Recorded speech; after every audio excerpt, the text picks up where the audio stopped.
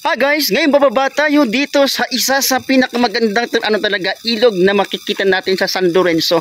Grabe, paggaling na rin dito guys, makikita mo agad yung napakagandang lugar, napakagandang ambience kasi grabe, yung pababa pa lang dito guys, makikita mo na talagang perfect. Grabe, maraming aul.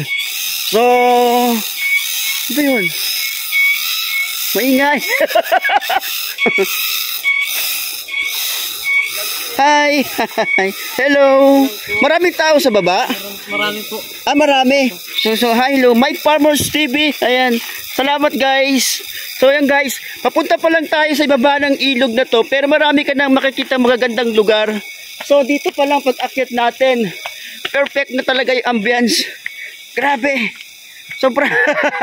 Ang pinakamasakit dito, taglit. Ang pinakamahirap dito sigurado pag paakyat ka na kasi yung grabe. Kasi pag akyat mo dito guys, grabe oh.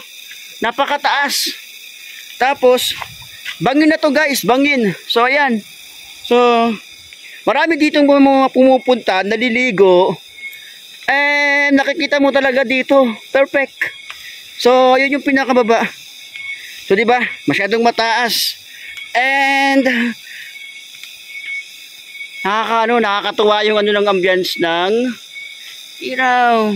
So, maraming mga magjojowa pumupunta rito. Katulad itong dalawa nakikita natin dito, magjowa. So, kamusta po sa baba? Maganda ba sa baba? Huwag po kayong mahiya. Hi. Say hi. Ayun, hi, hello. Thank you. Ayan guys. Sobrang solid guys. Grabe. Marami na tayo napuntang lugar sa iba't ibang sulok ng Pilipinas, pero isa ito sa pinaka-paborito kong puntahan pag pumupunta talaga ako ng Bicol. Kasi bukod sa napakaganda ng ambience, perfect pa para puntahan mo talaga. Yun nga lang, medyo kakahingal pag di ka sanay. Grabe. Saan ba to? Hello. Maraming magjowa pala rito. Hi, hello. So, grabe. Magandang araw po. Ang pagod. Hindi ako sanay sa bundok.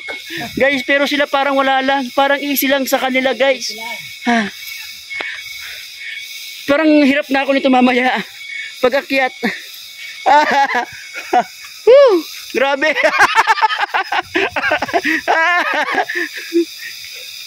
Ang pag-akyat dito ang pinakamahirap sigurado ako. Kasi napakatarik kasi ng taas, guys. So, pero perfect.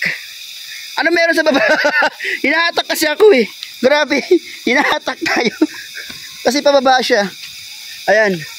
So, dati yung una ko doon pinuntahan, hindi pa siya ganito. So, para maiwasan siguro yung pagguho. So, naggawa sila ng man-made control. Yun.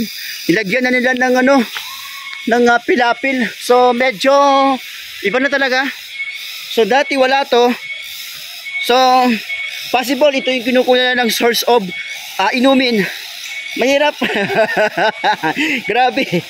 Napakahirap. Pero perfect naman guys. So ba tayo magjowa dito? Perfect para sa mga magjojowa pala itong lugar na to. Anong tawag dito? Hanging bridge. So guys dito. Ayan. Napakahirap akyatin. So mabilis siyang bubayin pero mahirap siyang akyatin. Tama ba tayo? Mahirap akyatin? Hindi ko alam kung ilang step to. Grabe. So the last time na pumunta ako sa Mindanao, hindi ganito kaganda yung lugar. Pero perfect. Ano po, magandang araw po. Ay, may aso. So ito yung hanging bridge. Hanging bridge.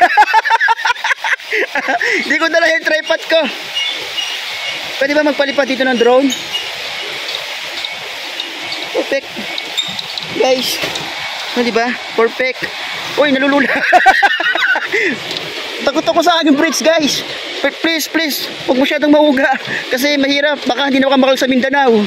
Ako, nasa Luzon pa naman ako. Hi, guys. Hi, guys. Hello. Shout out sa lahat ng mga Bicolano. Ay, si ate nahihiya. Nahihiya si ate. Ayan. Makikita ka sa TV. Ito yung hanging bridge, guys. So, ayan. So, di ba perfect? Di ba? So, napakaganda. So, ayan. Hindi ko alam kung anong lugar to. Pero sobra. Oh. So, yun na. Pagdating mo dito guys, marami ka na makikita mga kubol.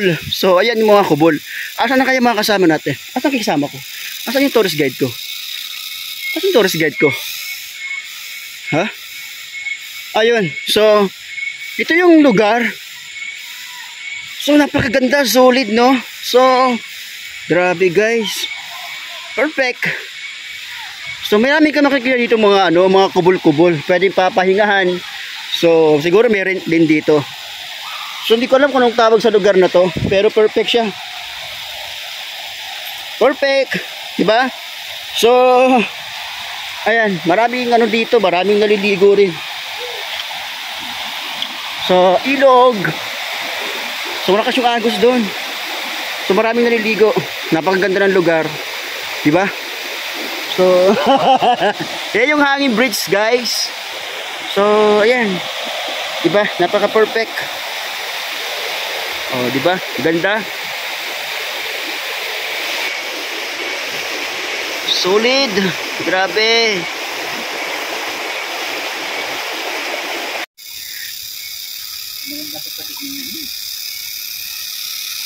Ito na yung pinakaluman-lumang hanging bridge, guys. So, ilang taon na kaya to? Nalubot mo. Ha? Ilang taon na? 6 years?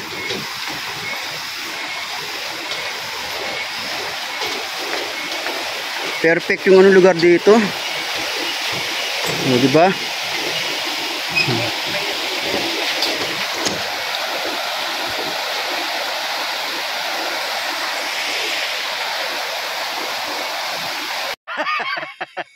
Ganito magbata. Papasukin natin guys yung kasukalan.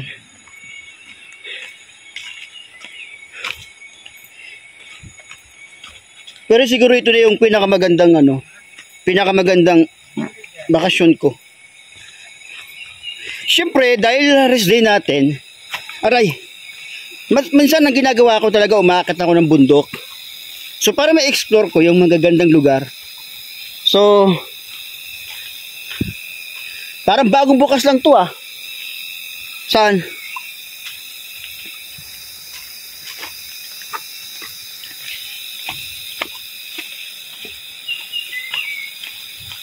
So bulasan na bulasan talaga to guys. So maraming tao dito no. Alam mo na ng mga ospital ako, utot ako ng utot.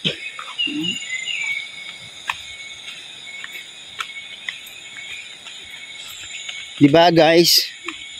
Perfect. Ano to? Ha? Ano to? Hindi ko tumingin.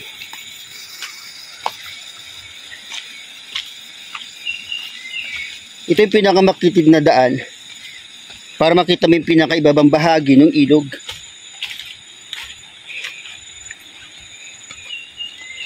So, trail to guys. So, grabe.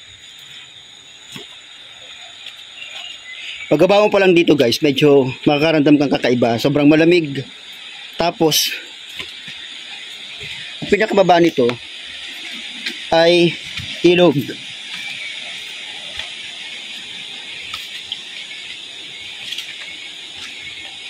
Ngayon ko lang na-explore to. Ngayon ko lang bababain. Medyo nakakahingal kasi matarik yung tarik yung daan. Ay.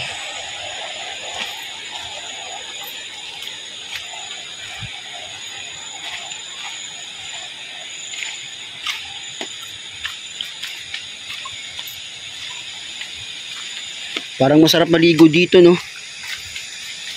So, sana? Saan?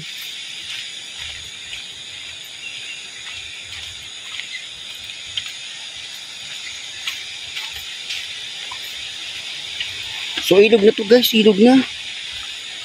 Saan?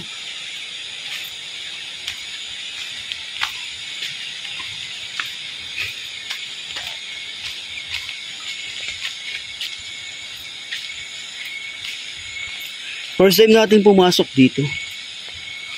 May trails naman. Para hindi ka maligaw. Saan?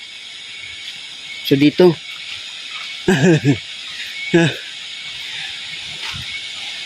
So wow guys. Perfect. Diba? So napaka perfect. Wow. Ay, binaha to, di ba? Ito yung lugar na binaha. Kasi sobrang lakas ng agos.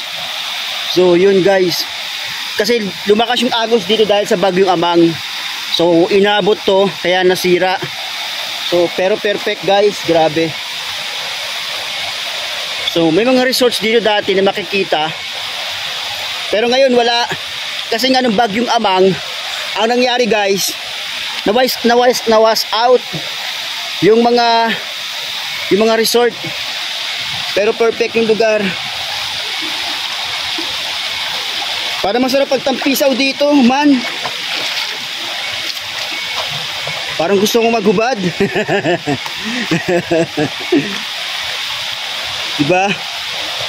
Napakaganda ng lugar. Napakaganda ng parang falls, yung batis. Yan guys. So diba? Ganda.